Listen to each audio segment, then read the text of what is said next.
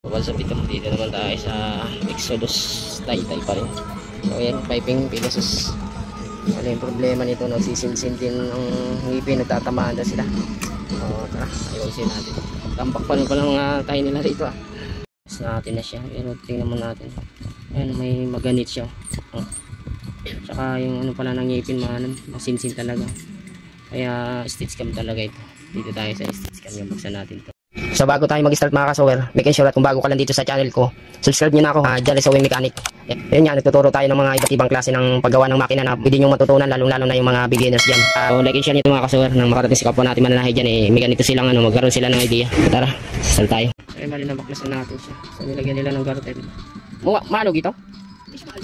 Ang sulong.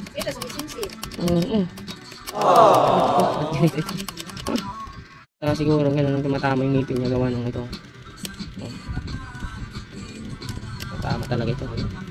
Tatamaan talaga yung mga ngipin niya. So problema ito mukhang yung pinaka yung pin niya ron sa yung naputo siguro doon. Tingnan natin. Tanggalin muna natin ito. Dito ito sa loob. Yung pinaka-alin niya hindi nakapasok doon sa pinaka-nut. Baklas ito. Tingnan natin ito. Sa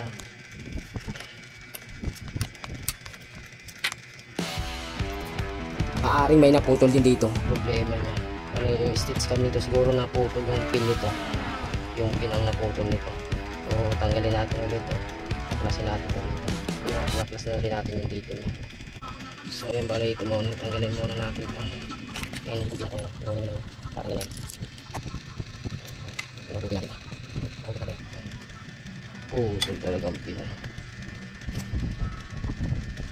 Putol na yung pin. Para dito napasok improvise tayo ito. Pwede naman yung sa karayom mag-crash yan. Ayan natin ito. Kita natin tanggal talaga siya.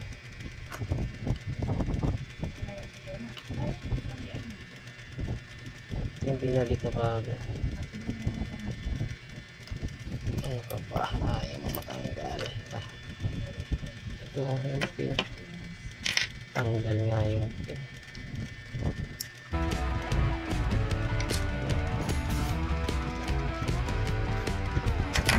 Ayun nga yung pin. Tanggal.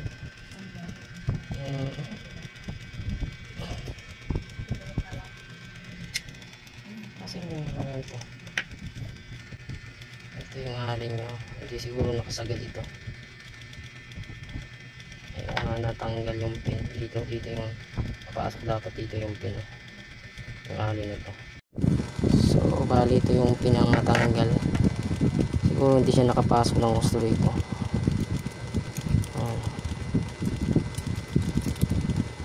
Kasi dapat itong pin na natanggal dapat dito ito nakapasok. Yung butas na to. Para dito. Ganyan. Kasama to. Ganyan dapat siya. Dito. Kailangan yung butas nakasakto rin dapat. Natin. Hindi natin para asakto dapat yung butas na to.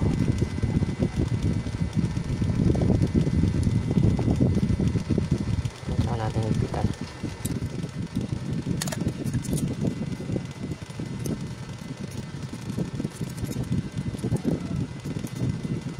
Nakasagad hindi siya sagad, parang bilog na rin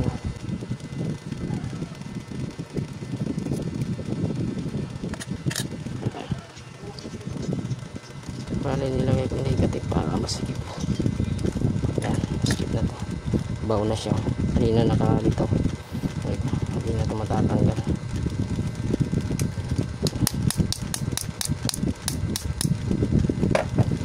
Ibay na to, sagot pa natin.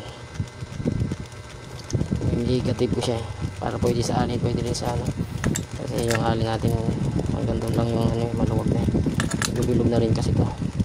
Paabalik na natin to. Nakaganyan lang.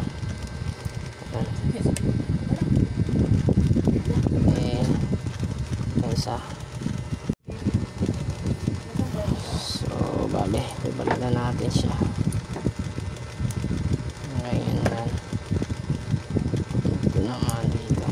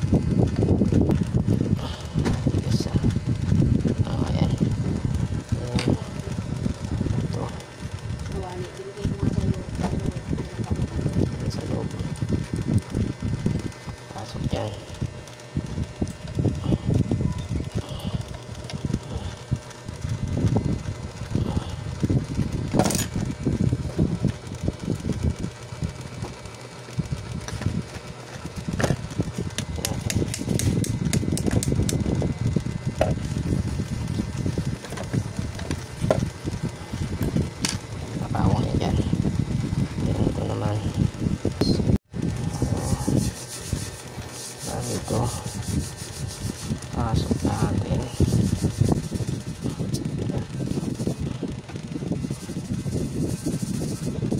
Ayan natin yung pin natin.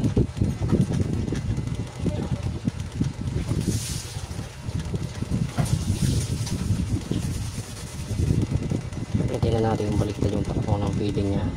Punta ron. Okay. Pwede natin muna to.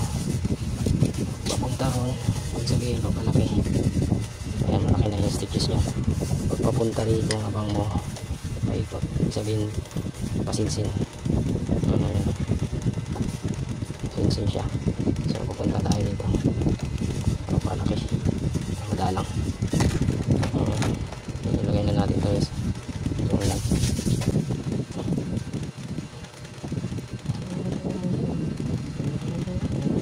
Shete ito, shete.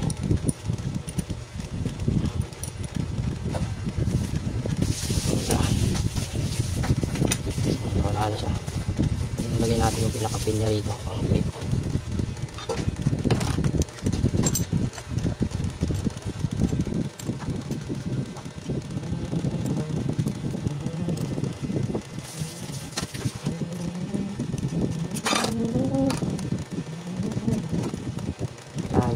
Tulak yung papunta ron.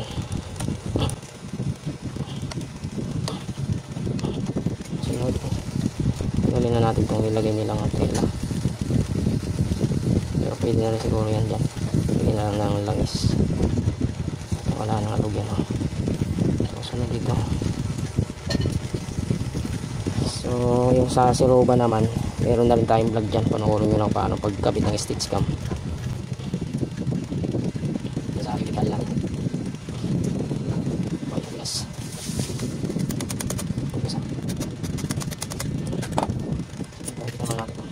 Bawin natin ito. Sige.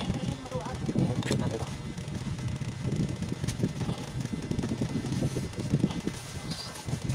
Sige natin. Patamtamin lang na sige para ma-adjust natin yung, kasi pag masyadong higpit yan, hindi na ma-adjust itong stitches nya. Palaki paliit. Patamtaman lang. So check natin. Kaya pa naman. Ayan. Hindi mo patamtaman, ay ano lang talaga yung masikip. Diba? Ayan, saan natin sikipan to.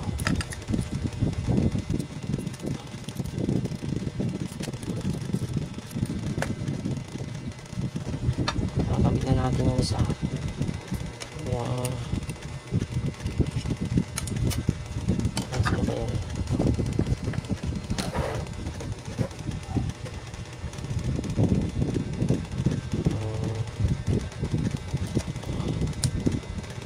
Pin dito.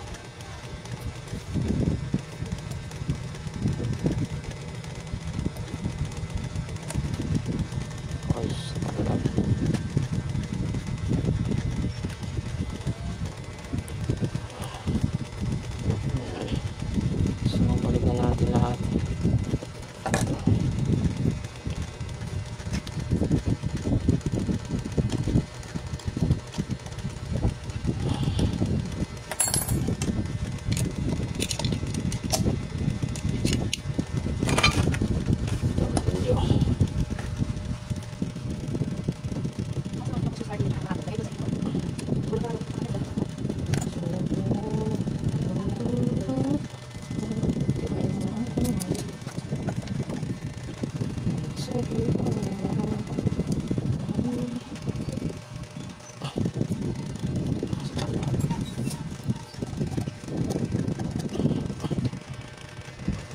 Ayan, bali. Pahingay po ang langis dyan.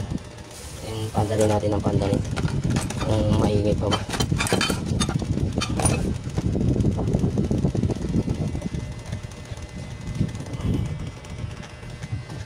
Pandalin natin. Natin ang langis.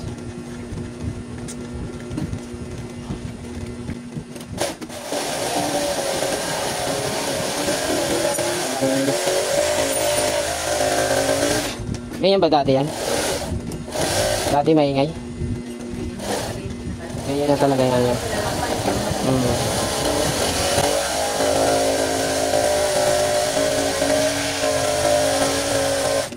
Yung sinasabi kong maingay, alam mo yung parang bakal nagkikis. Sila.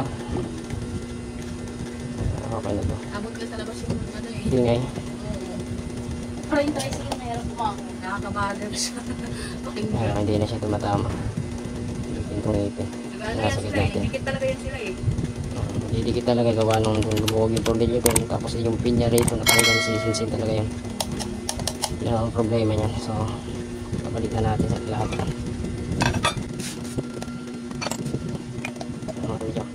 Yan na dalawa.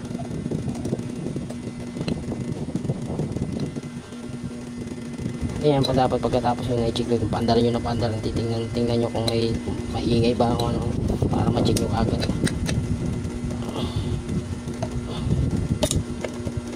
Pag maingay ay iba na yan, may mali kayo, may lagay yung kulang yung pyesa na ilagay yung ano, maluwag yung kinabit nyo, kailangan yung check agad para iwas plus ulit. Although hindi naman natin maiwasan yan, minsan yung iba nakakalimutan natin.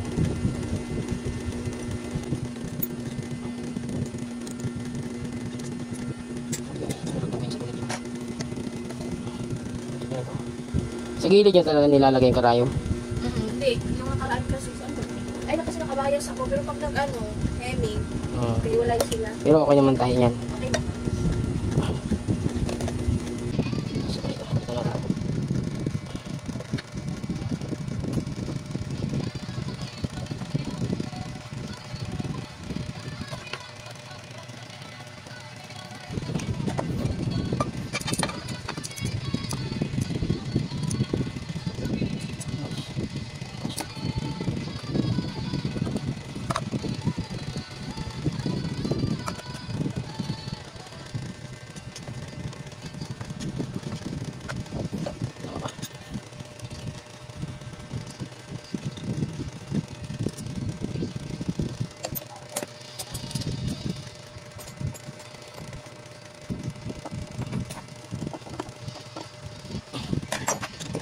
Natin sa ulo.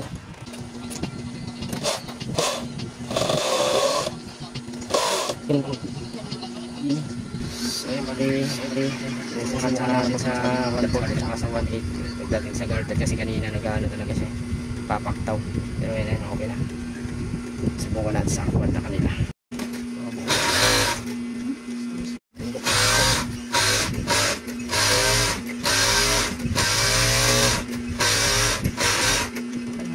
Try ko muna sa bayas ko.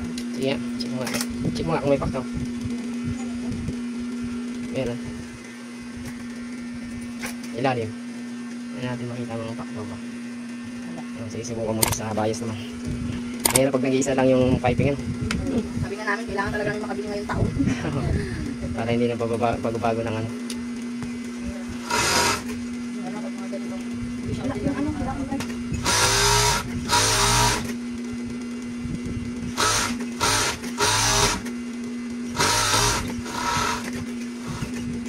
Check niya.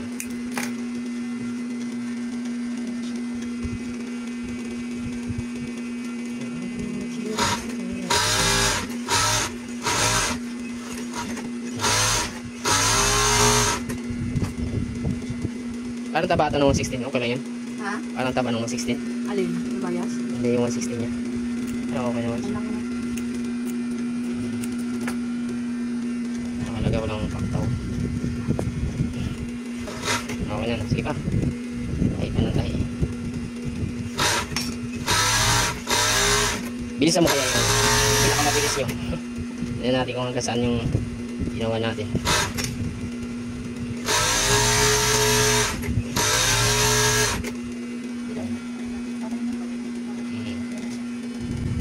nakita nyo naman kung anong naging problema, no? Kung ano yung ginawa natin niya, maalog yung ngipin niya, kaya may nalaglag na yung pin niya, pati yung pin ng stitch cam, yun ang naputol din. So, ayun, sana may natutunan kayo sa ginawa natin. So, shoutout dito sa Patayan nila. Salamat sa tiwala sa ito yung makina. So, ayun, ang Tools Home Mechanic tayo. Kaya nais magpa-home service dyan, may mga video tayo na sa screen yung contact number ko dyan, yun na ako kontakin. Kaya paano nyo na ako sa Facebook page natin dyan, Tools Home Mechanic, yung mga update natin ng mag-service doon ko nilalagay. So, ayun, bali, masalamat tayo sa, lilibre ko na nga lang sana yung paggawa nila, kaya lang sila na kusang nagbigay sa atin. So, bali ito, bigyan natin nila ng t-shirt na pinamimigay natin. Sana magustuhan. Wow! So ayan, kung December sana talaga, ang bala ko talaga ililibre ko yung mga siniservisan ko. Kaya lang, ito nga, ililibre ko lang sana sila talaga kusang nagbigay kasi binakas talaga na makina nila. Kaya ayun, sa mga ano natin dyan, gusto na natin sa itong December na to, gusto nyo magpa-service, ililibre natin din, may kasama pang t-shirt. Wow! Sa mga hindi nakapalo, ayan, ganito, salamat ulit.